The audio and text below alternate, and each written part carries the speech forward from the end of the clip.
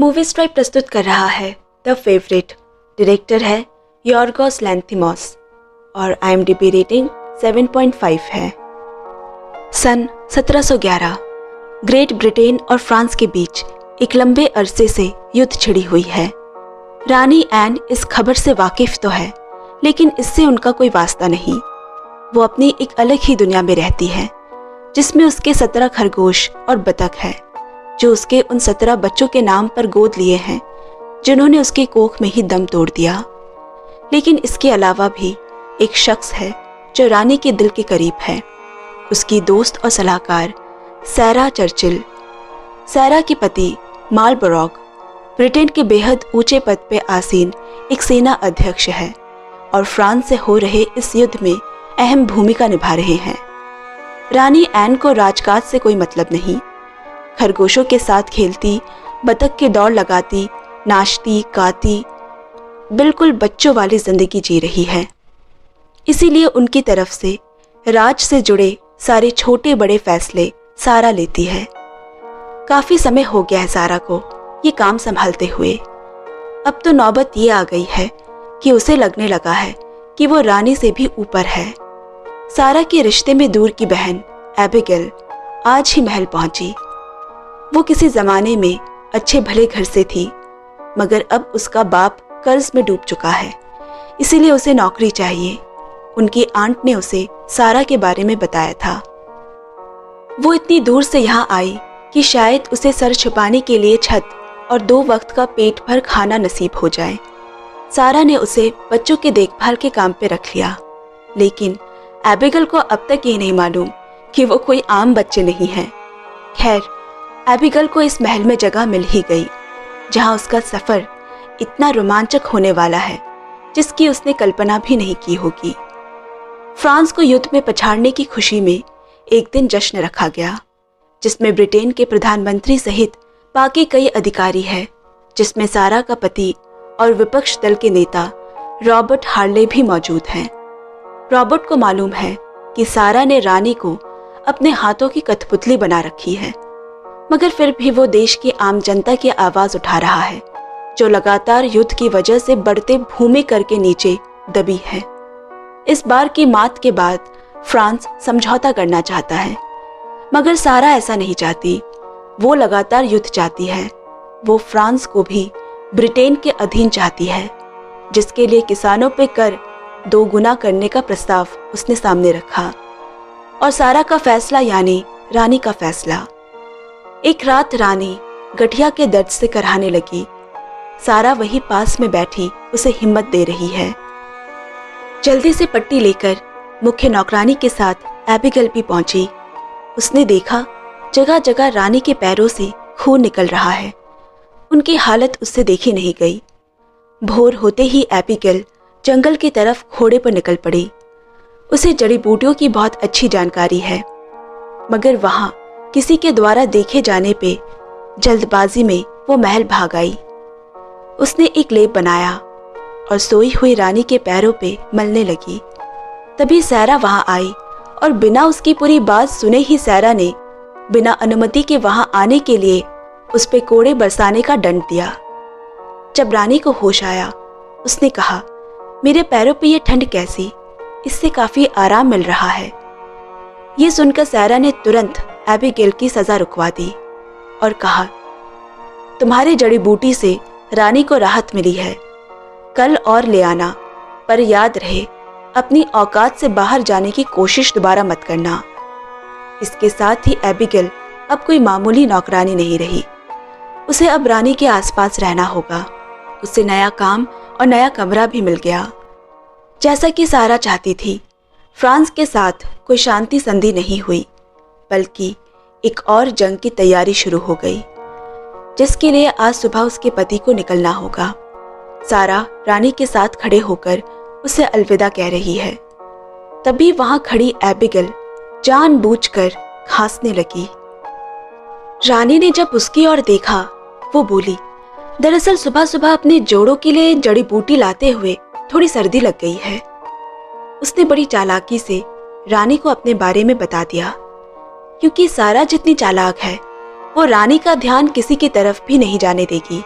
उसे सारी तवज्जो खुद के लिए चाहिए। एक दिन सारा एबिगेल को निशानेबाजी के लिए ले गई, क्योंकि अब तो वो रानी के पास ज्यादा रहेगी। तो वो उसे समझाना चाहती है कि यहाँ किसकी चलती है, कोई भी चालाकी करने का सोचे भी ना। एबिगेल ने पूछा, आपके पति तो खुद लड़ाई का नेतृत्व कर रहे हैं, तो फिर आप ये जंग क्यों चाहती है? अगर उन्हें कुछ हो गया तो? सारा बोली, हर चीज की एक कीमत होती है। इससे पहले कि दुश्मन यहाँ तक पहुंचे, अच्छा है कि सरहद पे रोकते हुए मेरे पति का बलिदान रानी की नजरों में मेरे लिए इज्जत कमाएगा। एबिगेल ध्यान से सब सुन रही है। अब जिस घुड़सवार ने उस दिन भोर में एबिगेल को जंगल में देखा था, उससे वो दोबारा महल में टकराई। उसका नाम कर्नल मासम है और वो विपक्ष के नेता का करीबी है। अब विपक्ष दल के नेता रॉबर्ट ने रानी को अकेला पाकर बताने की कोशिश की कि महल से बाहर लोग इस 2 गुने कर का विरोध कर रहे हैं, वो रास्तों पे उतर आए हैं। मगर रानी को इन बातों का कोई इल्म ही नहीं। बीच में आके सारा ने उसे टोक दिया और बात वही खत्म कर दी। थोड़ी देर बाद जश्न में सब इतने खो गए कि रानी एक कोने में पड़ी है। उसने ध्यान खुद की ओर आकर्षित करने के लिए रॉबर्ट से कहा, जमींदारों के कर नहीं बढ़ाए जाएंगे। ये सुनकर जब सारा दौड़ कर आई, रानी ने उसे यहां से ले चलने को कहा। सारा रानी को मनाने की कोशिश करने लगी। रानी वाकई में बहुत अकेली है। उसे हर वक्त सारा की तवज्जो चाहिए। यहाँ तक कि उनके बीच शारीरिक संबंध भी हुए, लेकिन उन्हें ये नहीं पता कि ऊपर लाइब्रेरी में किताबों में खोई एबिगेल भी वही है जिसने उन्हें देख लिया है। लाइब्रेरी से निकलने के बाद रॉबर्ट एबिगेल से टकराया। उसने उससे बात करना चाहा, क्योंकि उसे पता है कि वो सारा और रानी के साथ हमेशा रहती है। उसने उनकी जासूसी करने को कहा ताकि अंदर की खबर पता चल सके, मगर एबिगेल ने उसे साफ इनकार कर दिया, क्योंकि सारा ने उसके लिए बहुत कुछ किया है। एक दिन एबिगेल ने मौका देखकर सारा को रॉबर्ट के उसे गुमराह करने के और जासूसी करने के बारे में बता दिया। हालांकि एबिगेल सच्ची है, लेकिन सारा को उस पर यकीन नहीं, क्योंकि ऐसे लोग शायद किसी पे यकीन कर ही नहीं सकते। फिर एबिगेल ने कहा, उसके सारे राज उसके पास सुरक्षित है। सारा उसे देखने लगी।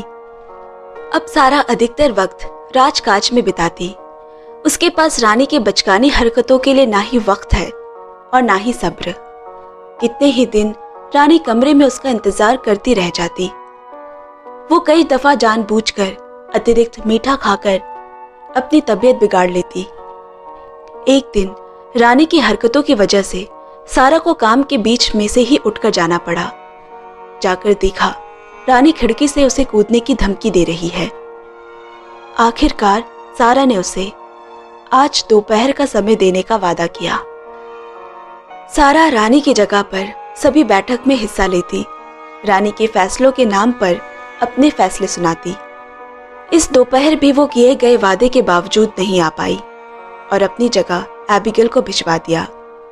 उसे देखकर रानी बहुत गुस्सा हो गई, पर एबिगेल ने अपनी सूझबूझ से रानी को शांत किया। रानी ने कुछ दिल की करीबी बात उसे बताई। उन खरगोशों के नाम उसने अपने बच्चों के नाम पर रखे हैं जो रानी के कमरे में ही रहते हैं। आज उनमें से एक का जन्मदिन भी है। अब रात में वही कर्नल मसम एबिगेल के कमरे में आया उससे प्यार का इजहार करने, लेकिन असल में वो रॉबर्ट के कहने पे यहाँ आया है ताकि एबिगेल से सारा की कुछ बात पता चल सके। पर वो एक दिन अचानक सारा रानी को घुड़सवारी के लिए ले गई, जहाँ रानी के मुंह से एबिगेल की इतनी बढ़ाई सुनकर सारा को अच्छा नहीं लगा। उनकी बढ़ती नज़दीकी को देखकर सारा को जलन होने लगी और उसने एबिगेल को रानी के काम से आज़ाद कर दिया और वापस नौकरानी वाले कमरे में लौट जाने को कहा। तभी रानी का संदेश लेकर एक नौकर आया। सारा को लगा कि रानी ने उसे बुलाया होगा, पर वो एबिगेल को लेने आया है।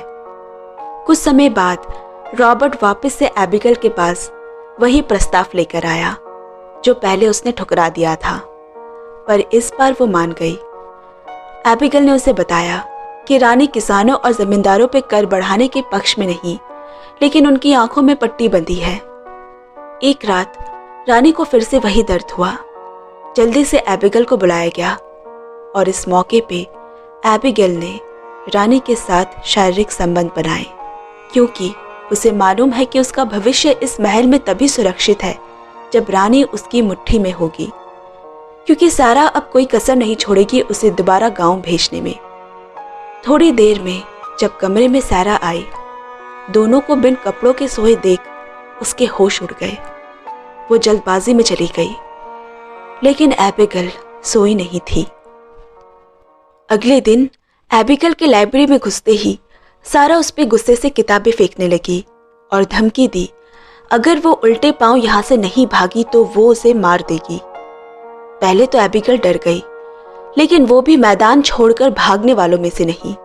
उसने खुद को उसी किताब से मारकर नाक से खून निकाला और फिर रोते हुए रानी के पास गई और उनसे दया की भीख मांगने लगी। बहुत कोशिश करने के बाद भी सारा एबिगेल को नहीं निकाल सकी। अब सारा और एबिगेल में एक शीत युद्ध चल रहा है, रानी को जीतने का युद्ध। साम दाम दंड भेद चारों पैतरे इस्तेमाल होंगे। सारा पूरी कोशिश करेगी कि रानी उसकी तरफ हो जाए पहले की तरह। एबिगेल नहीं है, उसे अपने कदम फूंक फूंक कर रखने होंगे। लेकिन एबिगेल कुछ भी कर ले, उसका पलड़ा सारा से हल्का ही रहता है। एक दिन उसने सारा की चाय में कुछ जड़ी बूटियां मिला दी। इधर सारा रानी से कर बढ़ाने को लेकर बहस में गुस्से से निकल गई। जड़ी बूटी के नशे का असर शुरू होने पे सारा घोड़े से गिर गई और उसके पैर में फंसी रस्सी से खींचते हुए दूर निकल गई। यहाँ एबिगेल अपनी पकड़ मजबूत करने लगी। उसने विपक्ष से हाथ मिला लिया और कर्नल मासाम से रानी के रजामंदी से शादी भी कर ली। साथ ही रानी के हाव भाव में भी काफी फर्क नजर आया। सारा की गैर मौजूदगी में सारे फैसले वो खुद से लेने लगी, जो सारा के होते हुए कभी नहीं हो पाया था। रानी को कुछ दिनों तक लगा कि सारा गुस्सा होकर गई है, खुद ही वापस आ जाएगी। जब काफी दिन हो गए, उसने उसे ढूंढने के लिए फौज भेजी। सारा बेहोशी हालत में एक वेश्या घर पहुंच गई थी। जब वो वापस आई, सब कुछ बदल चुका है। एबिगेल अब एक मामूली नौकरानी नहीं, बल्कि कर्नल मसाम से शादी कर एक लेडी बन चुकी है। रानी के मंत्रिमंडल के सदस्य बदल चुके हैं, यहाँ तक कि रानी राजकाज के फैसले खुद से लेने लगी है। हालांकि सारा को वापस देख रानी खुश है, लेकिन वो अब परिस्थिति पहले जैसे नहीं चाहती। सब कुछ यूं हाथ से फिसलता देख सारा ने रानी को धमकाया कि उसके पास उसके प्रेम पत्र है जो उसने उसे लिखे हैं। अगर वापस से सब कुछ पहले जैसा नहीं किया और एबिगेल को बाहर नहीं निकाल फेंका, तो वो इसे अखबार में छापने भेज देगी। उसके बाद पूरे ब्रिटेन में उसकी बदनामी हो जाएगी। रानी एकदम से सन्न रह गई, लेकिन सारा वाकई में रानी का बुरा नहीं चाहती। उसके पास वो खत तो है, मगर उन सबूतों को जला चुकी है। लेकिन उसे गुमान है कि रानी उसकी बात नहीं टालेगी। रानी का हुक्म लेकर एक अफसर आया। सारा को महल से निकाला जा रहा है, उससे चाबी वापस मांग ली गई। सारा दौड़ते हुए रानी के दरवाजे तक पहुंची और बोली, सब एबिगेल का किया धरा है, मुझे अंदर तो आने दो, तुम मेरे साथ ऐसा नहीं कर सकती। रानी भी सारा से प्यार करती है, लेकिन अब उसे रुकना होगा। उसने दरवाजा नहीं खोला और इस तरह टूटे दिल और टूटे अभिमान से सारा हमेशा के लिए रानी की जिंदगी से चली गई। उसकी जगह एबिगेल को मिल गई। जल्द ही रानी ने सारा के समर्थन वाले प्रधानमंत्री को हटाकर विपक्ष नेता रॉबर्ट को बना दिया। फ्रांस से युद्ध बंद कर समझौता कर लिया गया। नए प्रधानमंत्री चाहते हैं, जो कि लड़ाई टल गई है, क्यों ना सारा के पति जो सेना अध्यक्ष है उसे सेना निर्वृत्त यानी रिटायर कर दिया जाए, पर रानी ने मना कर दिया। यहाँ पुराने प्रधानमंत्री गडोल्फ सारा के पास आया। उसने सारा को उम्मीद दी कि वो रानी के पास जाकर उसकी सिफारिश करेगा, शायद वो उसे वापस रख ले। सारा ने रानी को कई खत भी लिखे जिसमें उसने माफ़ी मांगी, लेकिन एबिगेल ने उनमें से एक भी रानी तक पहुंचने नहीं दिया। एबिगेल ने रानी को झूठे सबूत दिखाए कि किस तरह सबकी आड़ में सारा ने पैसे चुराए हैं। ये बात रानी ऐन को दुख देती है क्योंकि वो सारा को बहुत मानती थी। एबिगेल वो हर दरवाजे पे ताला लगा देना चाहती है जहां से सारा वापस आ सके। धीरे धीरे भोली भाली एबिगेल इस महल के आबो हवा में शातिर और चालाक बन गई।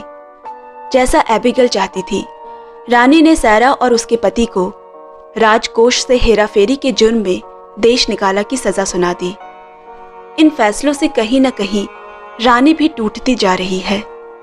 एबिगेल के रास्ते का कांटा निकल चुका है। वो अब बिल्कुल बदल चुकी है। अय्याशी और मगरूर होकर नौकरों पे हुक्म चलाती। एक दिन रानी की किसी की चीख की आवाज से नींद टूटी तो देखा कि एबिगेल ने अपने पैरों तले उसके एक खरगोश को दबा रखा है। ये देख रानी की आंखें खुल गई। उसने तुरंत एबिगेल को उसके पैर दबाने को कहा, क्योंकि वो समझ चुकी है कि हर दूसरा आने वाला इंसान एक और सारा ही होगा जो उसका इस्तेमाल करेगी, फायदा उठाएगी। लेकिन अब वो ऐसा होने नहीं देगी। जिसकी जहां जगह है उसे वो वहीं रखेगी। आखिर में रानी की आंखों में आंसू है और एबिगेल उसके कदमों में पड़ी है। मूवी यहीं खत्म होती है। दोस्तों, आज की एक्सप्लेनेशन आपको कैसी लगी कमेंट में ज़रूर शेयर करें और चैनल को भी पक्का सब्सक्राइब कर ले। आपसे जल्द मिलते हैं अगले वीडियो में। Bye bye, love you and